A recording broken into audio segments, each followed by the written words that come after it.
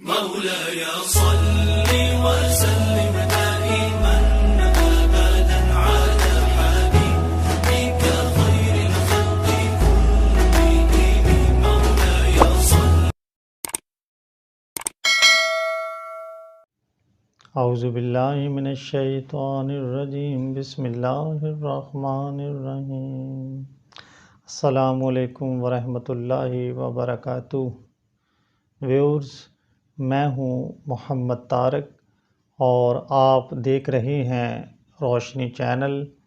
تو بڑھتے ہیں آج کے موضوع کی جانب، جس کا عنوان ہے منقبت و فضیلت مدینہ منورہ۔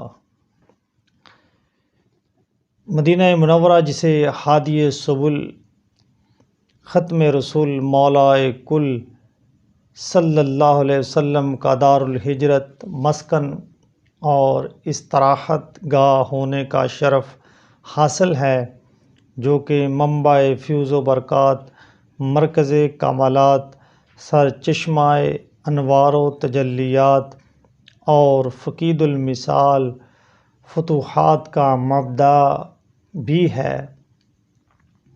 اس کی خاک پاک کے تابناک ذرات کو اس اعزاز پر بجا طور پر ناز ہے کہ فخر کون و مکان، سلطان زمین و زمان کا وجود باجود انہی سے مارز وجود میں آیا۔ اس خاک کو رحمت کائنات صلی اللہ علیہ وسلم کے گوہر عنصر شریف کا صدف بننے کا شرف نصیب ہوا۔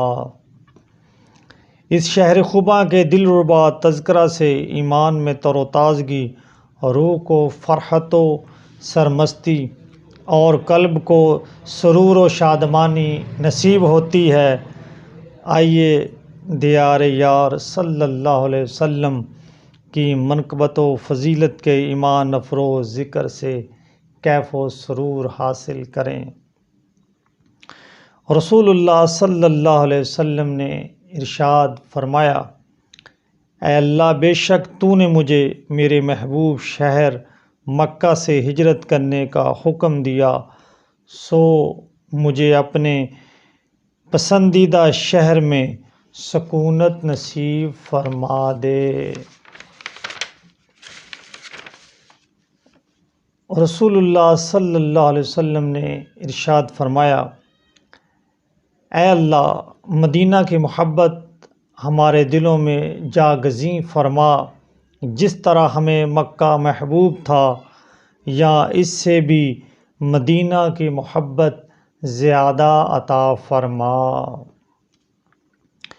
رسول اللہ صلی اللہ علیہ وسلم نے ارشاد فرمایا، مجھے اس شہر کی طرف ہجرت کرنے کا حکم ملا جو شہروں کو کھا جانے والا ہے۔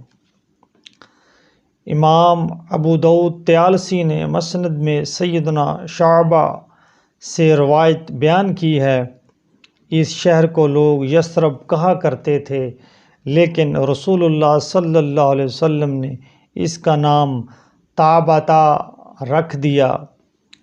اس روایت کو نقل کر کے علامہ عسقلانی لکھتے ہیں کہ طاب اور طیب دونوں کا مادہ طیب ہے، اور یہ نام رکھنے کی کئی وجوہ پائی جاتی ہے، جیسا کہ اس کے باشندے لطیف و نظیف طبیعت کے مالک ہیں۔ اس کی پاکیزہ مٹی کی نسبت سے یہ نام رکھا گیا۔ وہاں کے پاکیزہ ماحول اور صاف ستھری بود و باش کی بنا پر اس نام سے موسوم ہوا۔ مدینہ منورہ کی مٹی اور در و دیوار میں ایسی نفاست پائی جاتی ہے جس کی وجہ سے ان سے کچھ ایسی روح پرور مہک آتی ہے جو کسی دوسرے شہر میں نہیں پائی جاتی۔ جو لوگ وہاں قیام پذیر ہیں وہ اس فرحت انگیز خوشبو سے لطف اندوز ہوتے ہیں۔ رسول اللہ صلی اللہ علیہ وسلم نے ارشاد فرمایا، ایمان بالآخر سمٹ کر مدینہ منورہ میں آ جائے گا، جس طرح سانپ اپنے بل میں سمٹ آتا ہے۔ علامہ ابن حجر عسقلانی اس حدیث کی تشریح میں فرماتے ہیں، ایمان کی صدائیں مدینہ منورہ سے چلیں اور دنیا عالم میں پھیل گئیں۔ محبوب کائنات صلی اللہ علیہ وسلم کی محبت کے باعث ہر مومن کے دل میں مدینہ کی کشش پائی جاتی ہے۔ اس کی کیفیات کو کئی ادوار میں تقسیم کیا جا سکتا ہے، جیسے یہ کشش آپ صلی اللہ علیہ وسلم کے مبارک زمانہ میں تعلیم دین کے باعث تھی، صحابہ، تابعین، تبع تابعین کے دور میں ان کی پیروی کی وجہ سے تھی۔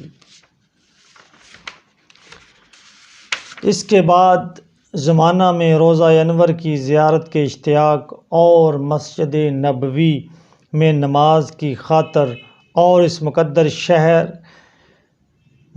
شہر کے اطراف میں واقع آپ صلی اللہ علیہ وسلم کے صحابہ کرام کے انوار سے تبرک حاصل کرنے کی غرض سے پیدا ہوئی۔